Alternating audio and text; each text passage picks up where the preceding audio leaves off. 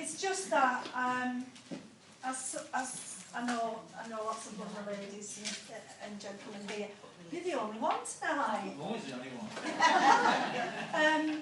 As you'll all know, I do tend to work direct from spirit.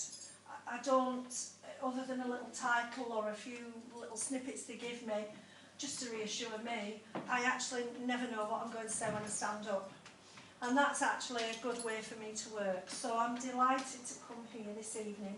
I'm delighted to be talking to all of you. And it is, actually, I did look at the title and thought, oh, that sounds really good. It is. They do want to talk to us about stepping into Ascension. So that will be what it's about. But where it wanders, oof, who knows? So, when I was getting ready, I got, go get this, go get that. So may I introduce you to my angels, who are here, and one of my power crystals, who's going to be busy working with you and your energies and me and the guides, and all your guides are here and doing whatever tweaking they need to do. Because this is a talk very much about 2014. But I need to tell you a story. And any of you are old enough like me to remember, there's a comedian who used to say, let me tell you a story. So, who were the first people? Okay. Well, let's have a look, shall we? One of the things that has become apparent to me as I've been working with spirit and with other dimensions and other beings is that we're not just human beings. We're spirits in clay overcoats, living an interesting, challenging experience, but we've not always been human. Now, I know that some of you will have understood that already in your journey in this life. I do a lot of work in the past life arena and the future life arena. And it becomes very apparent when you do that work that we've had lots and lots of chance to be human. But where did it start from? What happened to get us here? And we need to go right back to that to understand where we are right now. Because I've brought my magic wand.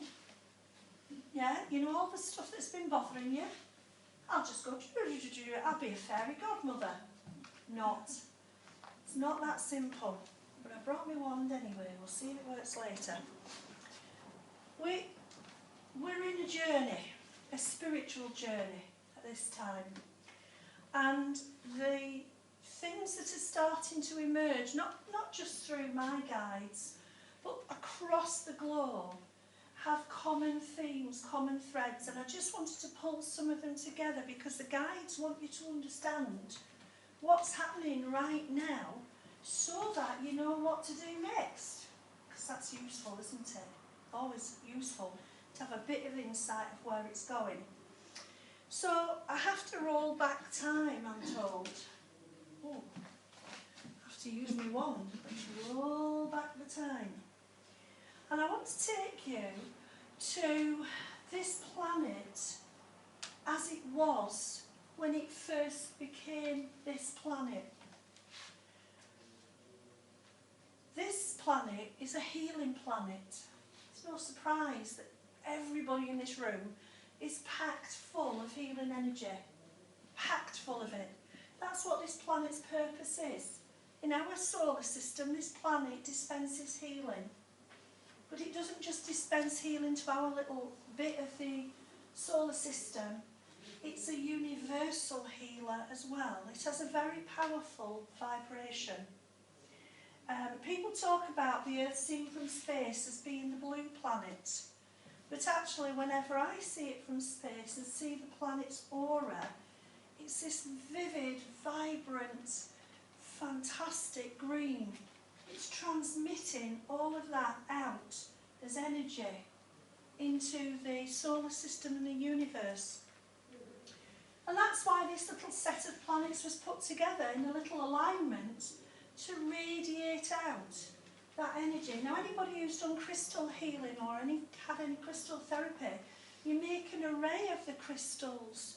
You use the crystals to vibrate at frequencies, to send the healing forward, to send it where it needs to go. That's what this planet and solar system are here to do. And it's done its job for aeons and aeons. But there came a point when the visitors who came to this planet to get more direct healing kind of got to the point of thinking, it's a nice place this. Perhaps I'd like to live here. Perhaps I'd like to be like the people here and take on bodies. Now, this story's not new. You've heard it in fables, in the Bible, in the holy books, across many religions. The angels who descended to the earth to help the earth. And to be with humanity, doing the job of helping us to become better broadcasters of healing, to help us advance, to help us to move our vibration up. Now, it depends which view you take, because the stories get a bit muddled. The stories say that these angels became fallen angels, as if in some way the divine source couldn't work out what the angels were going to do, and thought, oh, I've got a rebellion on my hands. So we have a story of the fall from heaven, and the brightest star, the morning star, Lucifer. Not Satan, that's a much later creation. Lucifer, the angel who fell from heaven because he fell out with God. Now, I've always puzzled about that story. When it was first told to me in my religious education, I always thought, well, wouldn't an all-knowing God know there was going to be a bit of a row? Why would it happen? Why would a God let that happen? And it's taken me 55 years to find out, because it's only this year that my guide started to talk about this story and say, you've got to unpick this a bit. And they started sending me information from here, there and everywhere to actually make it a bit more of a question in my mind, to bring it to the surface. And it came at a time when lots of things this year have been a bit of a challenge to my life. More of the challenges of this year in a little while. But what became apparent to me with the information I was getting was that actually it seems as if perhaps humankind was on the point of being wiped off like the dinosaurs. Oh, this model doesn't work, I'll just get a new model. I've got the planet, that's radiating healing. Why would I want these human beings? Because actually they're a bit of a pain. You know, they're a bit, they don't always stick to the line. And the angels who were here, and there were 12 of them, designated to help on earth, said, hey, hang on a minute, you can't do that. They're doing all right. They're getting there, they're going to ascend. They'll get to it one day, they'll fit into the universe if you give them time. And I personally think that's what the row was about. Do we get a bit more time to prove ourselves? Or do we disappear like the dinosaurs and then something else emerge instead? Well, when I started to get that and think that and get confirmations of it, I thought, oh, okay, I'm going to have to adjust my world vision a little bit. And then another interesting thing started to happen.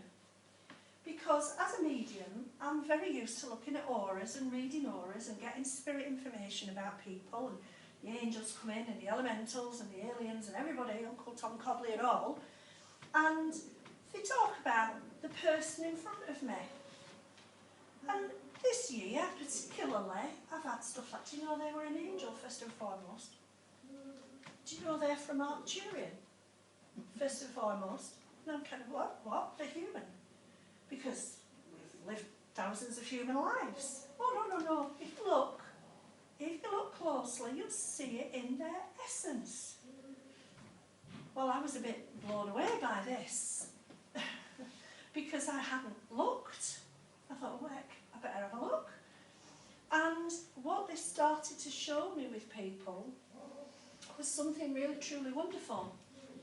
I'm used to seeing individual people's DNA or sensing individual people's DNA if I go deep enough when I'm looking at their aura, because the imprint is there in the aura.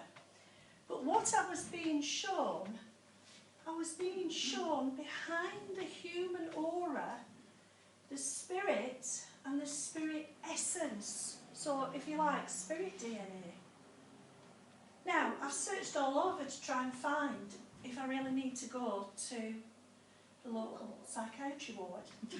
Just in case, you know, because sometimes when I get this stuff, my rational mind goes, that's a load of rubbish. And then they just bring stuff in just to say, no, it's not a load of rubbish, just get with it, keep with it. So it became quite, I don't know, I said, prove it to me, and this did. I kept seeing where people's spirit essence came from. That was a bit jaw-dropping. Because actually it started to explain something else that was going on in my life and in all the lives of people that I was connected with. And that was a change, a shift in our vibration, in how we see ourselves, in how we experience ourselves. Lots of people asking, who am I?